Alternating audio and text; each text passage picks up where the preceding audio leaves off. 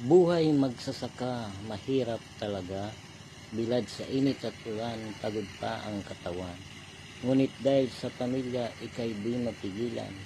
Sipag at tiyaga ang iyong puhunan, upang ang kabuhayan ay umangat man lamang. Ako'y saludo sa isang tulad mo, bayaning may tuturing talagang magiting. Magsasakang yagit ang sabi ng iba, ngunit para sa akin ika'y kakaiba. Pagkat dahil sa iyo, bayan nababago, kabuhayan at pamilya ay umaasenso.